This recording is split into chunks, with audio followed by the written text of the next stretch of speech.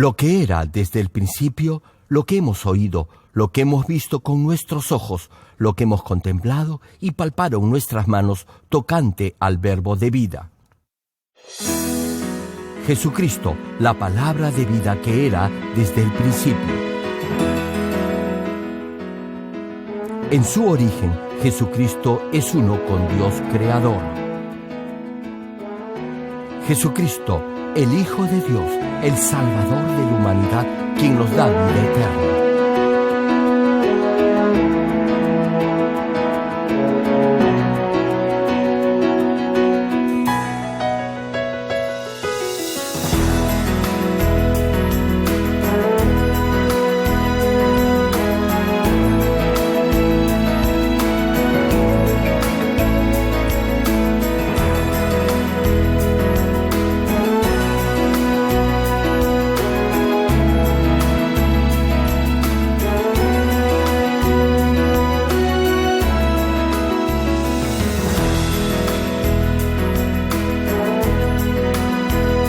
Estimado público, esperamos que a través de esta serie de prédicas del connotado evangelista de renombre internacional, Reverendo Dr. Gerald Lee, llegue a vivir una perfecta vida cristiana como verdadero Hijo de Dios.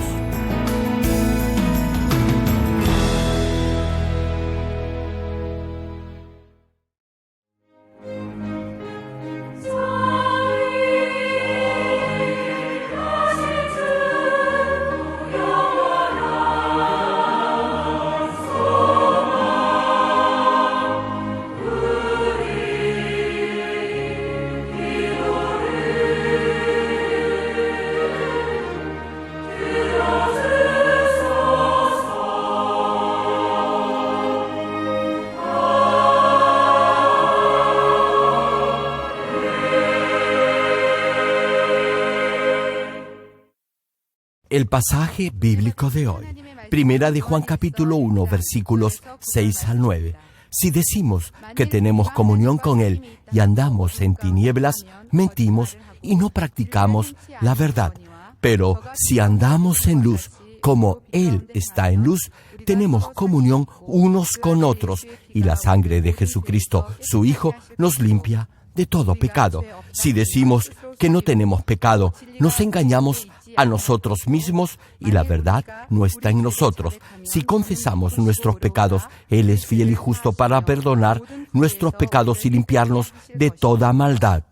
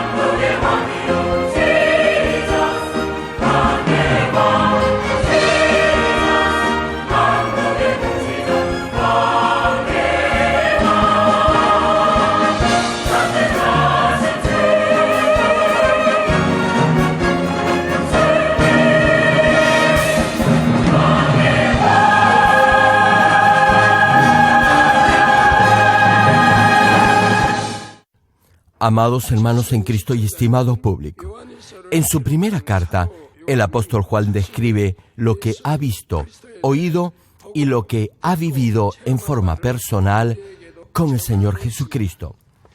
Hermano, si oye y cree lo que Juan menciona en su epístola, entonces tendrá comunión con Dios y con el Señor tal como la tuvo el apóstol Juan. Hoy empezaremos con el versículo 6.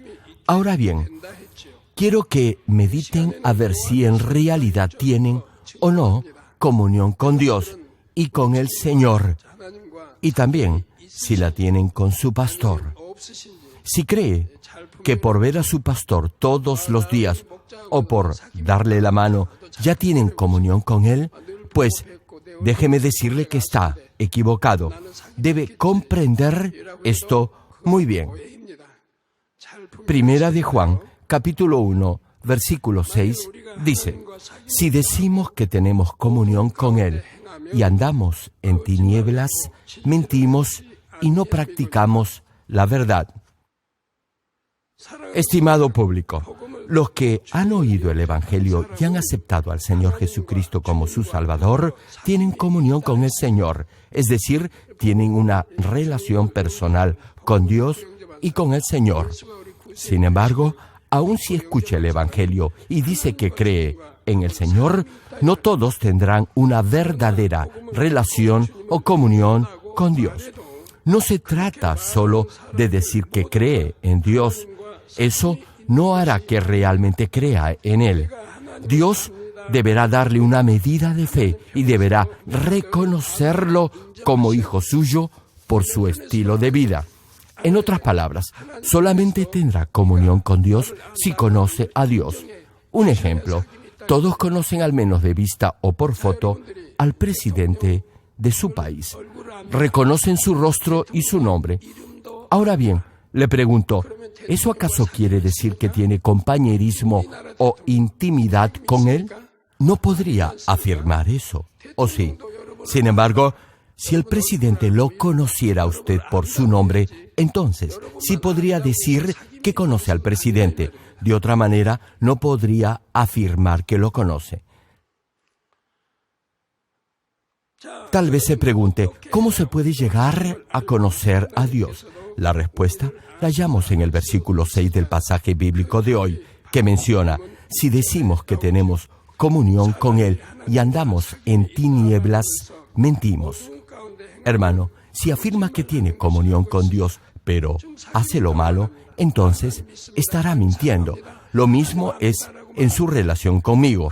Aun si me conoce y yo reconozco su rostro, eso no quiere decir que tiene comunión conmigo. En otras palabras, tendrá comunión con Dios si vive en la luz, lo cual es lo opuesto a las tinieblas. Como Dios es luz, solo si anda en la luz podrá tener comunión con Él. Esto es, podrá decir que cree en Dios y que ama a Dios. Y Dios también dirá que lo conoce y lo ama. Solo en ese momento tendrá una real y verdadera comunión con Dios. Si tiene intimidad con Dios, deberá alejarse de todo lo que es maldad y pecado. Si cree que Dios es su Padre y que el Señor Jesucristo es su Salvador, y si sabe lo mucho que lo aman, debería vivir una vida recta, alejada de todo pecado. De otra forma, estará engañándose a usted mismo. Es decir, usted estará mintiendo. Hermano, la evidencia que tiene comunión con Dios es que no peque más, no solo de acción, sino también que se despoje de todo deseo o intención de pecar. Esto es, de su naturaleza pecaminosa. El pecado es territorio de Satanás y del diablo. Los que viven en el pecado obedecen a Satanás y le pertenecen. Por eso, si vive en la oscuridad del pecado y dice que tiene comunión con Dios, quien es luz, eso querrá decir que usted es un mentiroso. Ahora bien, ¿qué significa andar en la luz?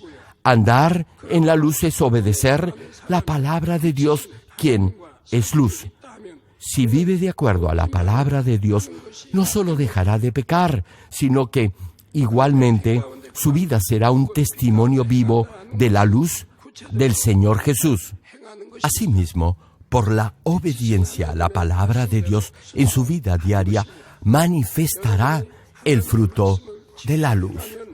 Efesios capítulo 5, versículos 8 y 9 dicen: porque en otro tiempo erais tinieblas, mas ahora sois luz en el Señor. Andad como hijos de luz. Antes de aceptar al Señor Jesucristo como Salvador, usted vivía en el pecado, es decir, en las tinieblas. Pero ahora es hijo de luz. Finaliza la cita. Porque el fruto del Espíritu es, en toda bondad, justicia y verdad. Hermano, no solo bondad, justicia y verdad. El fruto del Espíritu es también los 9 frutos del Espíritu Santo y el fruto del amor espiritual. Todos los frutos del Espíritu Santo los podrá manifestar en su vida en la medida en que viva en la luz o en el Espíritu. Así podrá oír claramente la voz del Espíritu Santo y tener comunión con Él. Comprenderá el corazón y la voluntad de Dios que está escrita en la Biblia. Y si pide algo en oración, Dios le responderá. Además, Dios lo prosperará y lo guiará con el Espíritu Santo.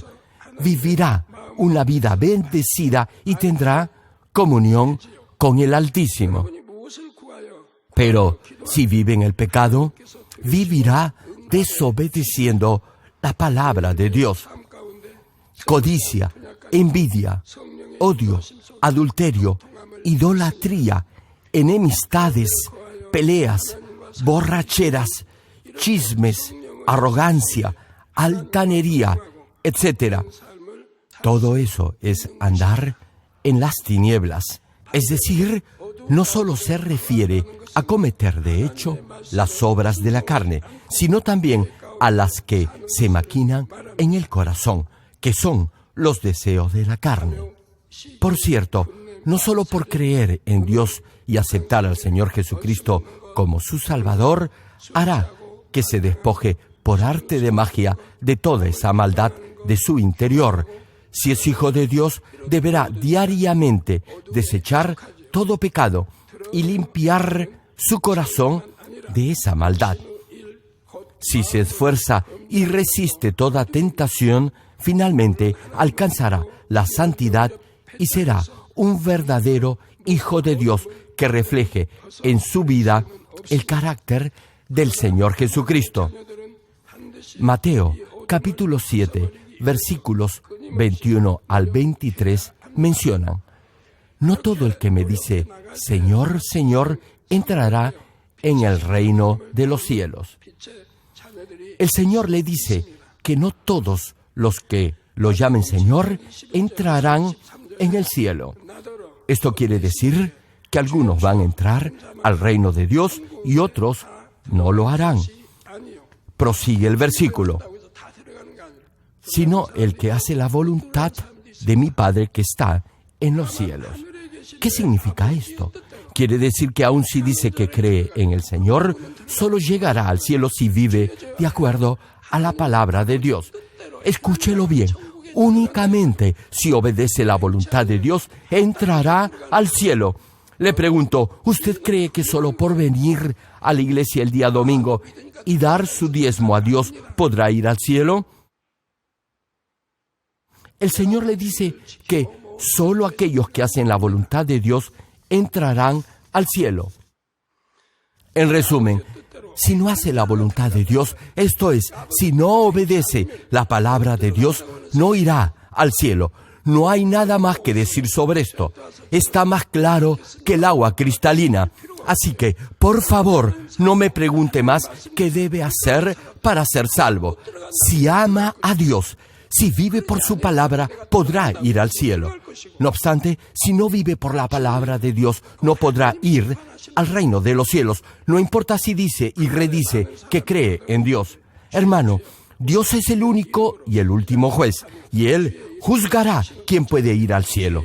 Continúa el pasaje. Muchos me dirán en aquel día, Señor, Señor, ¿no profetizamos en tu nombre y en tu nombre echamos fuera demonios y en tu nombre hicimos muchos milagros? Aquí el pasaje nos está refiriendo a los siervos de Dios que hacen señales, milagros y que echan fuera demonios en el nombre del Señor Jesucristo, sino a los estafadores y charlatanes que engañan al pueblo. Finaliza la Escritura, y entonces les declararé, nunca os conocí, apartaos de mí, hacedores de maldad. Es decir, el mismo Señor les dirá a esos malvados que se aparten de Él. Sí, hermano, aun si dice que cree en el Señor, aun si viene a los cultos el día domingo, a pesar que asista a las reuniones de oración y sirva en algún ministerio en la iglesia, si vive una vida disipada, entonces no tendrá comunión con Dios y el Señor le dirá en el día final que nunca lo ha conocido. Hermanos y hermanas en Cristo, si vive en el pecado y dice que tiene comunión con Dios, déjeme decirle que usted es un mentiroso. Como verán ahora, el término mentiroso aparece varias veces en esta primera carta del apóstol Juan. También en el libro de Apocalipsis, Dios dice que los mentirosos no entrarán a la Nueva Jerusalén. Ahora bien, en este punto es bueno aclarar algo importante. Hay mentiras por las que puede perder su salvación y otras que no lo harán perder su salvación. Por ejemplo, le pregunto, ¿qué cree que le pasará si le dice una mentira en tono de broma a un hermano de la iglesia? Desde luego, en principio, no debería hacerlo. No obstante, una mentira de esa índole no lo hará perder su salvación. De otra manera, pocos serían salvos. Sin embargo, debe saber que hay mentiras por las que sí puede perder su salvación. Primera de Juan, capítulo 2, versículo 4, señala sobre esto. El que dice, yo le conozco y no guarda sus mandamientos, el tal es mentiroso y la verdad no está en él. En otras palabras, si alguien dice que conoce a Dios, pero no obedece sus mandamientos, es un mentiroso. En este caso, eso querrá decir que la verdad no está en él. Y si no está en él, es porque no tiene el Espíritu Santo. ¿Sabe por qué? Porque si el Espíritu de verdad estuviera en su corazón, entonces no podría mentir de esa manera. No podría desobedecer los mandamientos de Dios. Los que no obedecen la palabra de Dios es porque no tienen la verdad en ellos. A pesar que saben que van a ir al infierno, no cambian. Siguen pecando, saben la palabra como mero conocimiento intelectual, no como palabra revelada por Dios. Su corazón no ha sido cultivado por la palabra, por eso no tienen relación personal con Dios. Este versículo tiene un significado similar al del pasaje bíblico de hoy. El siguiente versículo, Primera de Juan, capítulo 2, versículo 22, menciona, ¿quién es el mentiroso, sino el que niega que Jesús es el Cristo? Este es anticristo, el que niega al Padre y al Hijo. Hermano, Jesucristo es nuestro único Salvador. Esta es la verdad absoluta e incuestionable. Ahora bien, el versículo antes citado se refiere a los que niegan esta verdad absoluta. Dice que ellos son mentirosos. Cito el pasaje. Este es anticristo, el que niega al Padre y al Hijo. Los que se oponen a Cristo son anticristo. Niegan igualmente al Padre y al Hijo. Si alguien niega que el Señor es Dios encarnado o que Jesucristo es el Salvador, este es anticristo. Es un apóstata. Por ejemplo, los testigos de Jehová creen solo en Dios y niegan al Señor Jesucristo como Salvador de la humanidad. Por eso se les califica como secta. Todo grupo que niegue al Señor Jesucristo como único Salvador es sectario. Hay asimismo algunos líderes religiosos que se autoproclaman Dios. Escuche bien esto, hermano. Todo el que niegue la Trinidad de Dios, es decir, al Padre, al Hijo y al Espíritu Santo, todo el que refute que la Biblia es palabra de Dios o que el Señor Jesucristo es el único Salvador, es anticristo, son blasfemos y apóstatas. Ahora bien, si alguien juzga y condena como apóstata a un siervo de Dios que proclama su palabra y no niega los principios antes enunciados, sería como si estuviera blasfemando contra el Espíritu Santo. Por eso no podría ser salvo. Además, 1 de Juan capítulo 4, versículo 20, añade, si alguno dice, yo amo a Dios y aborrece a su hermano, es mentiroso. Aquí, otra vez aparece la palabra mentiroso. Hermanos, la mayoría de los cristianos afirman que aman a Dios. Sin embargo, la Biblia enfatiza que si alguien dice que ama a Dios y odia a su hermano, ese es un mentiroso. Continúa el pasaje, pues el que no ama a su hermano, a quien ha visto, ¿cómo puede amar a Dios a quien no ha visto? Si tan solo retuviera lo que significa el vocablo mentiroso en esta primera carta del apóstol Juan, podría comprender la esencia de esta epístola. En la primera prédica de esta serie les hice un breve recuento del contexto histórico en el cual fue escrita esta primera carta. ¿Lo recuerdan? ¿Sí? En el tiempo de la iglesia primitiva había algunos que procuraban engañar y confundir a los hermanos con esas enseñanzas heréticas provenientes del agnosticismo.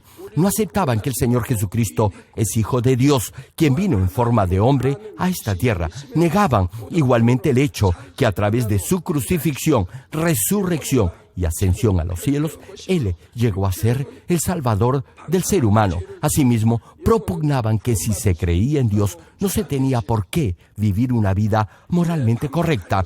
Decían, como los nicolaitas, que el espíritu y el cuerpo están separados y que el espíritu puede ser salvo aún si peca con su cuerpo. A fin de refutar esta apostasía, el apóstol Juan enfatiza en su carta que Jesucristo es el Hijo de Dios, quien vino en cuerpo humano a esta tierra. Si ha escuchado la serie de prédicas titulada El mensaje de la cruz, ya sabrá por qué Juan insistía en esta revelación del Hijo de Dios. Los que niegan el hecho que Jesús vino a este mundo como hombre son anticristo. Es lo mismo que negar que Jesucristo es nuestro Salvador. Otro principio que reitera Juan en su carta es que los creyentes podrán tener una fe verdadera y ser salvos solo si andan en la luz, esto es, únicamente si viven de acuerdo a la palabra de Dios. Y añade el apóstol que los que enseñan ideas erróneas solo tratan de engañar y ser tropiezo para los creyentes, haciéndoles creer esas mentiras. Apocalipsis capítulo 22, versículo 15 menciona que todo aquel que ama la mentira y hace mentira, es decir, tiene el hábito de mentir, se quedará fuera de la santa ciudad. Dice que se quedará fuera de la Nueva Jerusalén. Hermano, si miente o le gusta hacer bromas, le aconsejo, deje ahora mismo de hacerlo. Cuando alguien hace una broma, lo hace por diversión. No obstante, Dios le manda no mentir. Y es que en las bromas hay algo de mentira. Por eso le digo, mejor no haga bromas. Por cierto, tampoco debe mentir. ¿Sabe por qué? Porque si eso se hace un hábito en usted, podría llegar a engañar a otros. Y eso ya sería una mentira grave. Recuérdenlo, todo el que ama la mentira y miente se quedará fuera de la santa ciudad. Queridos hermanos, está escrito que solo si anda en la luz tendrá comunión con Dios. Otra razón para ello es que Dios perdonará de sus pecados solo a los que andan en la luz. Primera de Juan capítulo 1 versículo 7 declara sobre esto: pero si andamos en luz como Él está en luz, tenemos comunión unos con otros, y la sangre de Jesucristo, su Hijo, nos limpia de todo pecado. Hermano, este versículo implícitamente señala que no será perdonado de sus pecados tan solo diciendo que cree en el Señor Jesucristo. El problema radica en que hay muchos que enseñan de esa manera. Afirman que el Señor derramó su sangre y murió crucificado para redimir al ser humano de todo pecado y que solo creyendo eso ya es salvo. Es decir, dicen que para ser salvo basta con decir que cree en el Señor Jesucristo y que lo acepta como su Salvador. Sin embargo, eso es tener una fe solo de teoría. En diversos pasajes en la Biblia, Dios enfatiza que creer o tener fe es vivir de acuerdo a su palabra y accionar de acuerdo a ella. Tanto en el Antiguo como en el Nuevo Testamento se subraya que si cree en Dios deberá vivir solo por su palabra. Debido a que no se enseña esto, sino más bien se dice que solo por confesar que cree en el Señor será salvo, muchos creyentes viven en el pecado. No obstante, la Biblia es tajante en este tema. Nos dice que Dios es luz, que nuestro Señor Jesucristo también es luz, y que si usted anda en la luz, vivirá de acuerdo a la palabra de Dios. Entonces tendrá comunión con Dios y la sangre del Señor Jesús lo limpiará de todo pecado. Le pregunto, ¿hay acaso algún versículo en la Biblia que diga que la sangre del Señor Jesucristo lo limpiará de todo pecado si vive pecando? El versículo antes citado se menciona cada vez que se celebra la cena del Señor. Debido a que el Señor Jesús derramó su preciosa sangre, todo pecador arrepentido podrá ser perdonado de sus pecados, ser salvo y podrá acceder a la vida eterna. Pero hay una condición para que Dios lo perdone de sus pecados y le conceda la vida eterna por la sangre del Señor Jesucristo. Juan capítulo 6, versículo 53 nos detalla esa condición y dice el pasaje: Jesús les dijo, de cierto os digo, si no coméis la carne del Hijo del Hombre y bebéis su sangre, no tenéis vida en vosotros. Hermano, aquí no tener vida significa que no es salvo. Esto es, que va a ir al infierno. Solo si tiene vida eterna podrá ir al cielo. El Señor está diciendo que si come la carne del Hijo del Hombre y bebe su sangre, tendrá vida eterna. Vale decir, será salvo. En un sentido natural, para que el ser humano pueda vivir, deberá comer alimento sólido. Ahora bien, cuando come algo sólido, también deberá beber líquido. Todo lo que ingiere, arroz, sopa, carne, etcétera, todo contiene cierto porcentaje de agua. Y luego de comer algo sólido, beberá algo líquido, sea agua, refresco, etcétera. Hermano, cuando come alimento sólido, deberá asegurarse también de beber algo líquido. De esta manera podrá digerir los nutrientes y desechar lo que no es de provecho.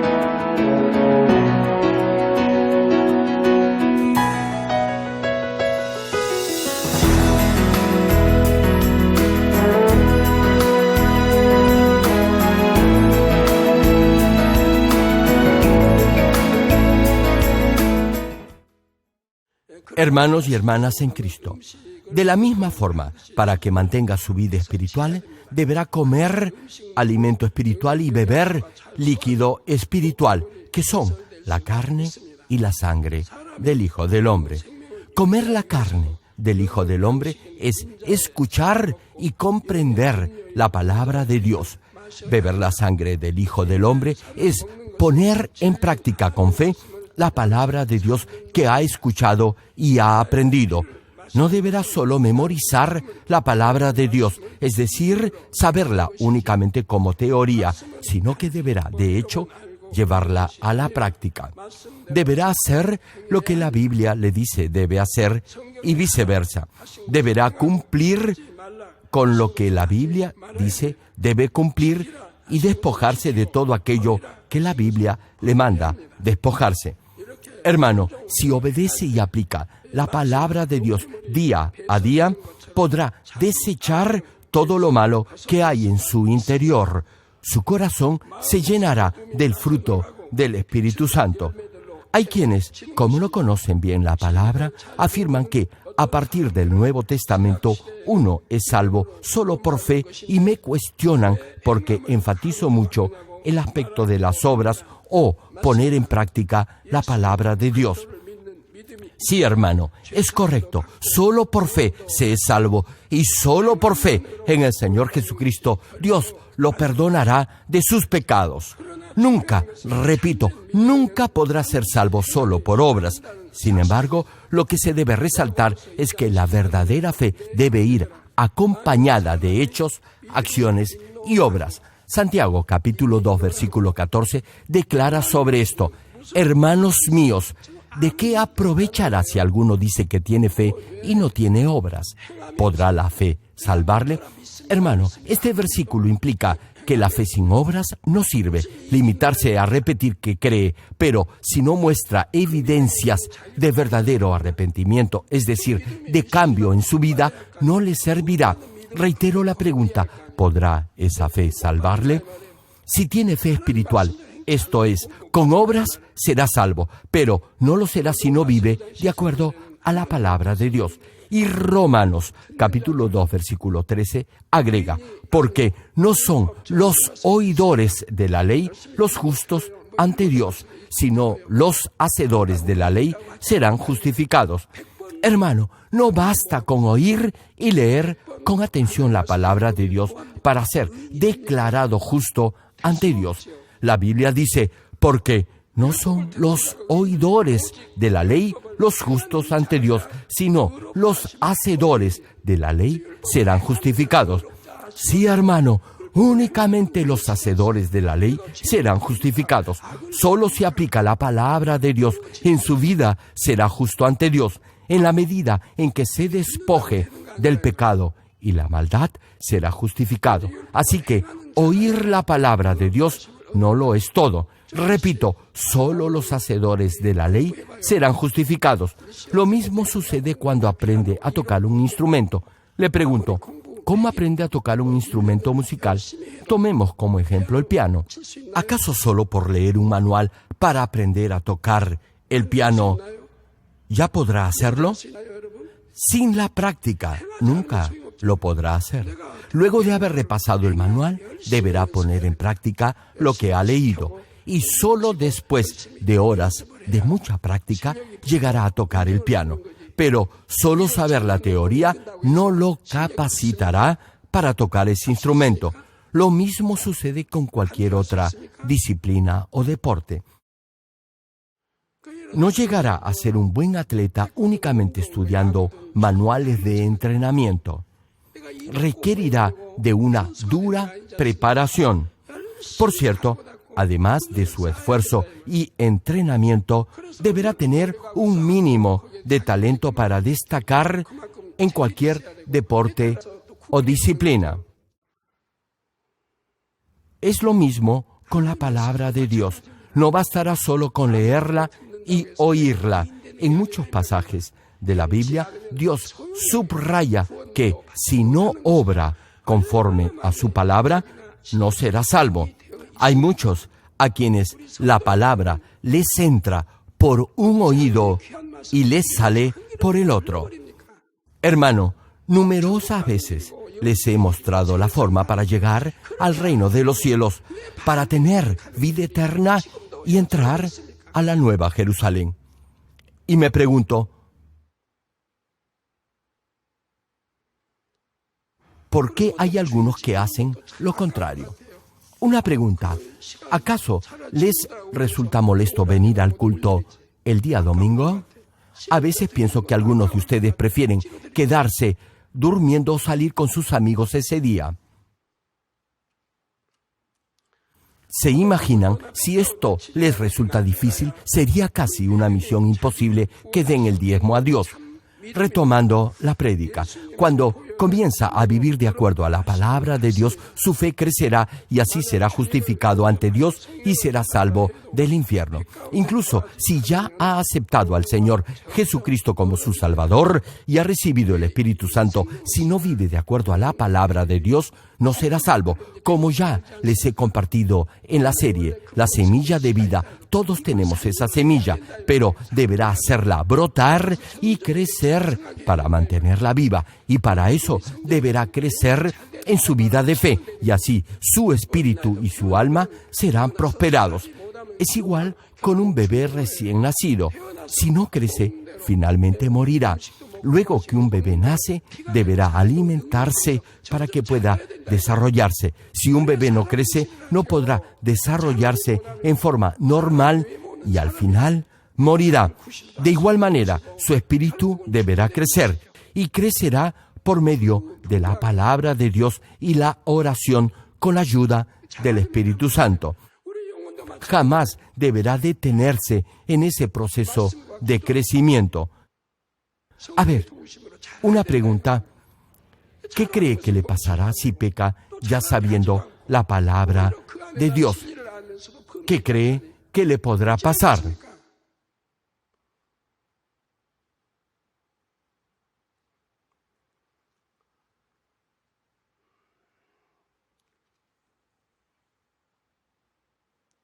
Primera de Tesalonicenses capítulo 5, versículo 19 señala: no apaguéis al Espíritu. Hace muchos años, cuando todavía era estudiante del seminario, al asistir a un culto, oí a un pastor afirmar que el Espíritu Santo no se puede apagar. Sin embargo, en varias partes de la Biblia podemos leer que el Espíritu Santo puede extinguirse. La Biblia declara que, a menos que no viva conforme a la palabra de Dios, el Espíritu Santo se podrá apagar en usted. Por eso, Dios le dice que debe despojarse de toda forma de maldad y no apagar el Espíritu. En el libro de Apocalipsis, Dios señala que vomitará o desechará a los que tienen una fe tibia. La palabra subraya que si vive una vida cristiana doble, es decir, tibia, y si no circuncida su corazón, su nombre será borrado del libro de la vida. Como Moisés sabía esto, intercedió por el pueblo de Israel pidiéndole a Dios que si no los podía perdonar, quitara su nombre del libro que Dios había escrito.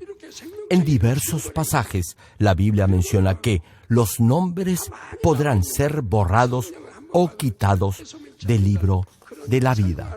No obstante, repito, hay pastores que afirman que una vez que se recibe el Espíritu Santo, nunca se puede apagar o extinguir. Como les decía, hace muchos años, aún siendo estudiante del seminario teológico, escuché a un pastor predicar de esa manera. Sin embargo, la Biblia tajantemente manda no apagar el Espíritu Santo. Y si el Espíritu Santo se extingue, eso quiere decir que no será salvo. Amados hermanos, Primera de Juan capítulo 1, versículos 8 y 9 señala: si decimos que no tenemos pecado, nos engañamos a nosotros mismos y la verdad no está en nosotros. Si confesamos nuestros pecados, Él es fiel y justo para perdonar nuestros pecados y limpiarnos de toda maldad. Hermano, en este pasaje, cuando se menciona si confesamos nuestros pecados, quiere decir mencionarlos detalladamente. No se trata solo de decirlo en forma general. Por ejemplo, no basta con solo confesar que ha cometido una obra de la carne y pedirle a Dios que lo perdone. Hay quienes están enfermos y simplemente dicen que han pecado y punto, no mencionan el pecado que han cometido. Hermano, cuando confiesa sus pecados, deberá detallarlos, mencionando el pecado, cuándo lo cometió, en dónde, con quién, etc. En fin, todo lo que recuerde. Pero, repito, hay quienes aún estando enfermos, vienen para que ore por ellos y me dicen que Dios ya los ha perdonado de su pecado. Sin embargo, ya les he dicho que si quiere que Dios los sane de alguna enfermedad, deberá primero confesarle su pecado y arrepentirse completamente de ello. Y si el pecado cometido ha sido grave, el arrepentimiento deberá ser de todo corazón, con lágrimas y llanto. Por eso, si ha pecado, no deberá tan solo limitarse a decirle a Dios que ha pecado y que lo perdone. No se olvide que le está hablando a Dios. Deberá confesar sus pecados en forma detallada. Dios le dice que, si confiesa sus pecados, Él es fiel y justo para perdonarlo y limpiarlo de toda maldad. A excepción del Señor Jesús, quien fue concebido por el Espíritu Santo, todo ser humano descendiente de Adán ha heredado el pecado original del primer hombre, es decir, del mismo Adán. Además, todos durante su vida han pecado, a pesar que hay quienes dicen que han sido buenos y que han vivido una vida recta. Todos ellos, al reflejar su vida en la palabra de Dios, se percatarán de los pecados que han cometido. Por ejemplo, suponga que alguien, sin razón alguna, lo golpee en la cara y usted solo reprime su cólera. Para los demás, ese comportamiento quizás pueda resultar bueno y hasta encomiable. No obstante, para Dios no lo es. Dios considera eso aún como maldad. Si bien exteriormente no ha reaccionado con violencia, en su interior todavía tiene maldad y eso, óigalo bien, es pecado para Dios. Sea pecado original o pecado personal, el ser humano no puede librarse de las consecuencias por haber pecado. A fin de dar una salida al pecador, Dios envió a su único Hijo, Jesucristo, a esta tierra. Hermano, Dios lo perdona si cree en el poder de la sangre del Señor Jesucristo. Sin embargo, para ser perdonado y ser salvo, primero deberá confesar que es pecador. Cuando de esa manera ora a Dios, haciendo esa confesión, Dios le enviará el Espíritu Santo a su corazón y el Espíritu Santo le mostrará sus pecados. Yo, por ejemplo, antes de ser cristiano pensaba que vivía una vida correcta. No obstante ello, al asistir por primera vez a un culto en una iglesia cristiana y luego de haber aceptado al Señor Jesucristo como mi Salvador, me di cuenta de lo pecador que había sido. Aun cuando creía que había vivido una vida recta, al recibir el Espíritu Santo me tuve que arrepentir de toda mi maldad y lo hice por varios días. Cada vez que oía la palabra de Dios me arrepentía de lo malo que había sido. No me acuerdo cuántas veces debo haber llorado por arrepentimiento. Tenía tantas cosas por las que debía arrepentirme. Y eso que yo no había mentido ni engañado a otros. Jamás dejé de pagar una deuda. Incluso antes de aceptar al Señor Jesucristo como mi Salvador, siempre hice lo correcto.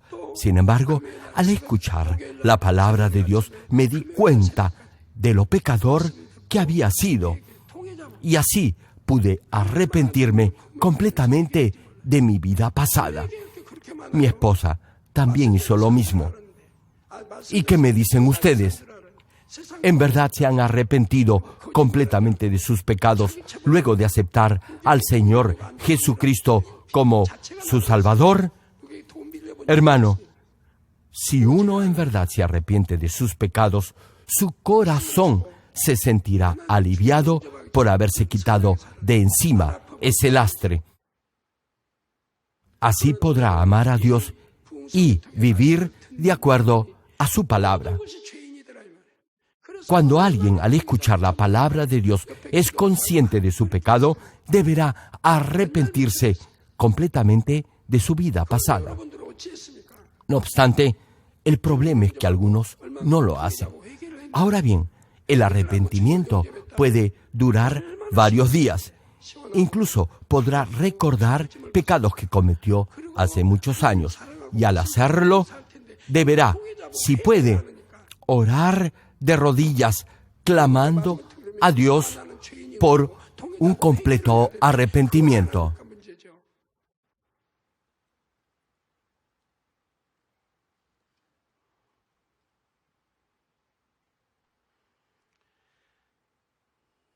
Hermanos, cuando una habitación está oscura, no notará la suciedad ni el polvo que hay en ella. Sin embargo, en cuanto encienda una luz, esa suciedad saldrá a relucir. De igual manera, si acepta la palabra de Dios, la luz entrará en su corazón y le revelará la maldad que hay en su interior. Y eso será porque el Espíritu Santo obrará en usted. Será consciente de su pecado y así podrá arrepentirse completamente de sus transgresiones.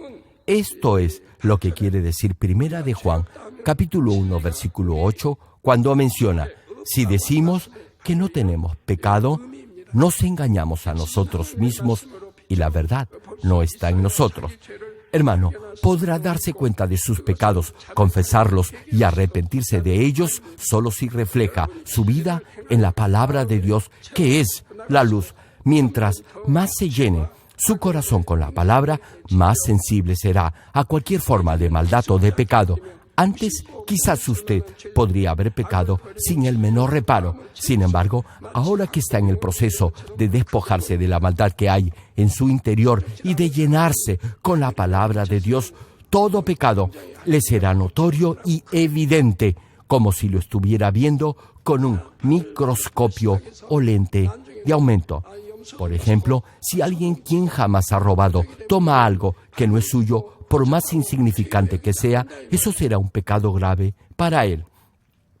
No obstante, si este mal hábito de robar se hace un patrón de vida y cada vez hurta cosas de mayor valor, entonces ya no tendrá problema alguno en robar cosas de menor cuantía. Hermano, si alguien que no peca comete un pecado, digamos, no tan grave, lo verá como algo sumamente serio. Por eso no se atreverá a pecar. Sin embargo, los que viven pecando siempre continuarán haciéndolo y lo harán descaradamente. A pesar que cometen pecados degradantes, no tendrán la mínima vergüenza de ello. Lo verán como algo normal. Ni aun cometer pecados de muerte lo considerarán como algo grave.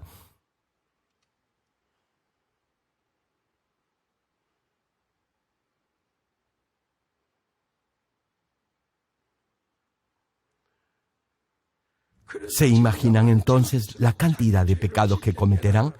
Por eso, en la medida en que la palabra de Dios llene su corazón, más fácilmente podrá percatarse de sus pecados y errores, confesarlos, arrepentirse de ellos, y Dios le dará fuerza y poder para despojarse de cada uno de ellos.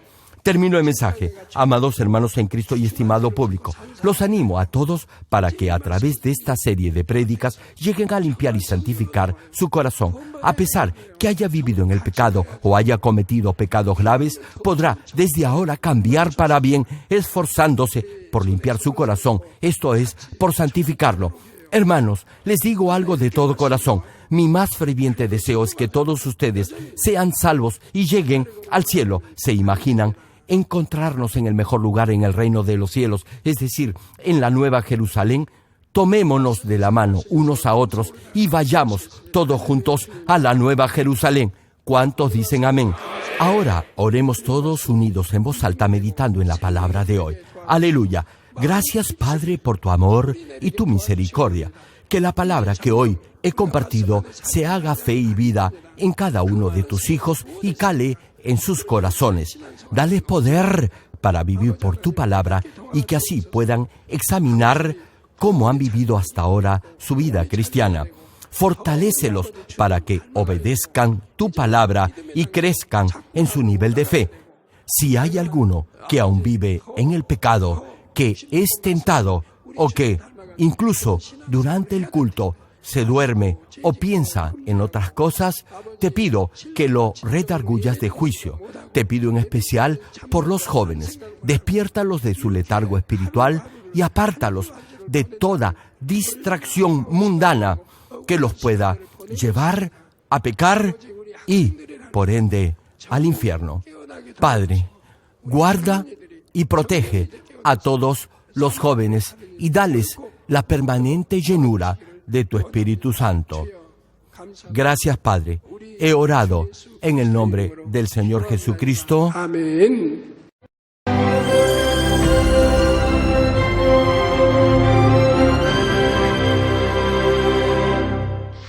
Aleluya. Dios Todopoderoso de amor, pon tu mano sobre todos los hermanos y hermanas y sobre todos los miembros de nuestras iglesias en el mundo entero que están recibiendo con fe esta oración que trasciende el tiempo y el espacio a través del satélite, la televisión, el internet, o que le están escuchando por radio o por cintas de audio en todo el mundo. Pon fe en sus corazones para que puedan creer en ti y se despojen de todo pensamiento negativo y toda duda. Líbralos de toda prueba y aflicción. Quema con el fuego del Espíritu Santo de la cabeza a los pies toda parte enferma, incluyendo toda célula, tejido y nervio, todo órgano interno e intestinos. Que la luz de tu Espíritu venga sobre ellos. En el nombre de Jesucristo, ordeno al diablo y a Satanás, a todo tipo de enfermedad, germen y dolencia, fuera. Quema con el fuego del Espíritu Santo toda enfermedad incurable y toda dolencia crónica. Que toda enfermedad contagiosa, resfriado y fiebre desaparezca. Protégelos de cualquier tipo de microbio, virus y bacteria.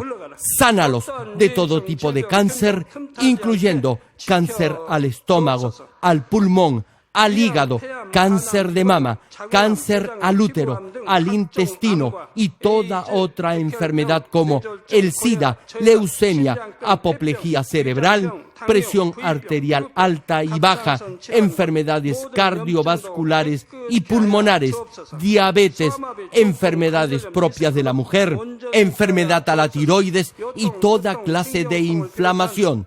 Quema con el fuego del Espíritu Santo toda polio, derrame cerebral, artritis y hernia. Que todo tipo de dolor de espalda, de cabeza y toda clase de neuralgia desaparezca. Líbralos de toda epilepsia, autismo, depresión, neurosis y enfermedades mentales y de toda clase de parálisis. Que los cojos y tullidos se levanten y caminen. Restaura la vista y el oído. Que los ciegos abran sus ojos, los sordos vuelvan a oír y que los mudos empiecen a hablar. Líbralos de todo tipo de accidente. Restaura los huesos rotos. Sana toda quemadura. Líbralos de toda adicción a las drogas. Regenera los nervios, tejidos y células muertas. Revive a los muertos. Bendice a los que no pueden tener hijos. En el nombre del Señor Jesucristo, ordeno al diablo y a Satanás, al príncipe de la potestad del aire y a toda fuerza del mal, fuera. Todo espíritu maligno, inmundo, de engaño, espíritu de mentira, espíritu de división, de tentación y todo otro espíritu de iniquidad, fuera. Ato a toda fuerza de la oscuridad y de maldad, y que la luz de tu espíritu descienda sobre ellos. Padre, fortalécelos para clamar en oración y dales poder para desechar todo pecado y llegar a la santidad. Que tengan salud, que sus almas prosperen y que sus familias sean evangelizadas y vengan al Señor. Protégelos de todo tipo de accidente y bendícelos para que tengan una vida de éxito y prosperen todo. Guarda y protege a todos tus hijos y sus hogares, centros de trabajo y negocios con el muro de fuego del Espíritu Santo, con tus huestes celestiales y tus ángeles y con tus ojos que son como llamas de fuego. Da a los estudiantes sabiduría y perseverancia y pone en sus corazones el anhelo de estudiar y progresar. Guarda sus corazones y pensamientos de todo lo mundano y siembra en ellos un ferviente amor por el Señor. Dios, bendice a tus hijos y que todo lo que hagan sea para gloria tuya. Gracias, Padre, por haber escuchado nuestra oración. Toda la gloria sea para ti. He orado en el nombre de nuestro Señor Jesucristo. Amén. Jesucristo, la palabra de vida que era desde el principio. Jesucristo, el Hijo de Dios, el Salvador de la humanidad, quien nos da vida eterna.